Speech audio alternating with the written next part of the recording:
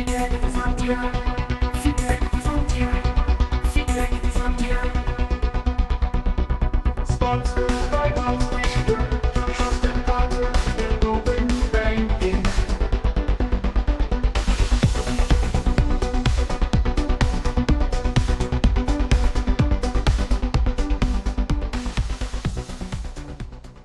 everyone, welcome back for another deep dive.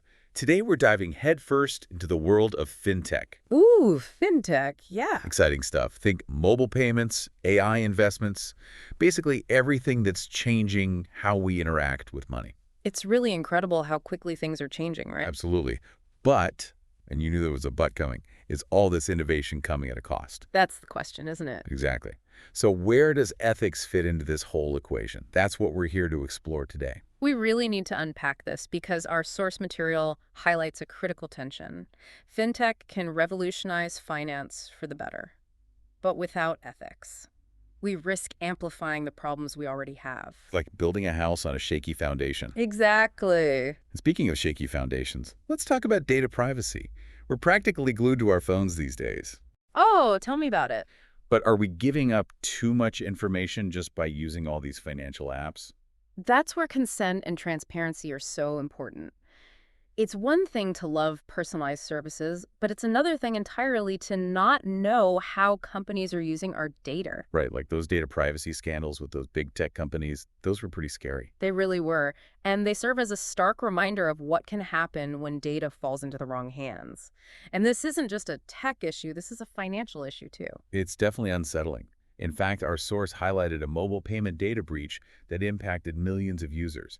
This stuff is real. So what can we do to protect ourselves? Well, the source pointed to stronger regulations like GDPR in Europe. Better encryption is another important factor. With GDPR, if your data is compromised, you have more rights. That makes a lot of sense. Okay, let's shift gears a bit and talk about algorithms. They're making big decisions about loans, investments, even insurance. But can a machine be biased? I mean, it's just code, right? Well, here's the thing about AI. It's only as good as the data it learns from. So if that data reflects existing bias in our systems... The AI adopts those biases too. Exactly. Wow. The source actually gave an example about AI-driven loans. Certain groups were discriminated against just because of factors that shouldn't even be considered. It's pretty disturbing to think that's already happening. It is. And what's worse, this kind of bias in fintech could make existing inequalities even worse. That's why explainable AI is so important. We have to be able to understand how these systems work. Accountability is key. Okay? On a more hopeful note, fintech promises greater financial inclusion. People who don't have access to traditional banking could use things like mobile banking and microloans. But is it really that simple? It's more complicated than that. Our source brought up a really good point. Not everyone has a smartphone or even reliable internet. That's the digital divide, right? Exactly. And we need to consider the people who could be left behind in this digital revolution.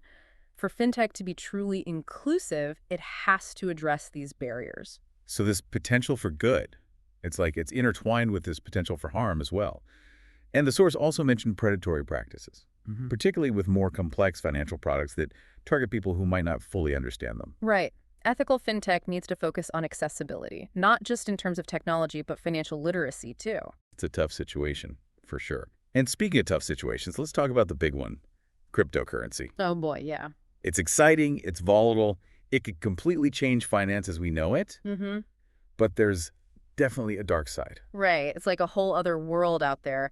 Our source pointed out that crypto has amazing potential, but the fact that it's so decentralized, often anonymous, it can be a breeding ground for illegal activity. It feels like regulations are way behind too. Oh, absolutely. Like the Silk Road, that was a marketplace on the dark web. Oh, right, right. And they used cryptocurrency for all their transactions. That's a perfect example of how this technology can be used in bad ways. But it's important to remember, not all crypto is bad. It's a tool like anything else. Right. It can be used for good or for bad. So how do we make sure it's used for good? Especially with new crypto popping up every day, it feels impossible to keep up with. Well, that's the thing about fintech, especially crypto. The future is being written right now by companies, regulators, even everyday users like us. Wait, so you're saying our choices actually make a difference? 100%. When we support businesses that care about ethical data practices that are transparent, Yeah. we send a message to the whole industry. It's like we're voting with our wallets. Exactly. And it goes way beyond just banking or which apps you use. We need to educate ourselves about data privacy. We need to be asking the right questions, and we need to support regulations that value transparency. We can't just assume someone else is looking out for us. Exactly. We have more power than we realize. Our choices have a ripple effect. This is a lot to take in, but it's really important. We've covered data privacy, algorithmic bias, financial inclusion, and the crazy world of crypto. It's clear that fintech is impacting everyone right now. The choices that are being made today, those are going to shape the financial future. It really makes you think, fintech isn't just some tech thing happening in the background. It's the foundation of our financial lives. And we have to make sure ethics are just as important as all the cool new technology. Absolutely. The source made a good point. This isn't a static thing, this conversation about ethics. It's always evolving. Just like fintech itself, we all get a say in what kind of financial future we want. But where do we even start? It's kind of overwhelming. It starts with asking ourselves some hard questions. What are we willing to give up? And what are our non-negotiables? Like, is it okay to sacrifice some of our privacy if it means we get personalized services? How can we be sure that AI is being used fairly? There's no easy answers, but these are things we have to think about, especially with how quickly everything's changing. It's like we're all part of this giant experiment. Kind of, yeah. Yeah. And the future of fintech, it's really in our hands. How we act as users, consumers, even just citizens. Our choices matter. By staying informed, asking the right questions, and fighting for our values, we actually have the power to make a difference. Well said. So, fintech, it's full of opportunity, no question. But there are some real ethical dilemmas we have to address. We only scratched the surface today, but hopefully this deep dive gave you some things to think about as you navigate this new world. The future of finance is being written right now. And it's up to all of us to make sure it's an ethical one.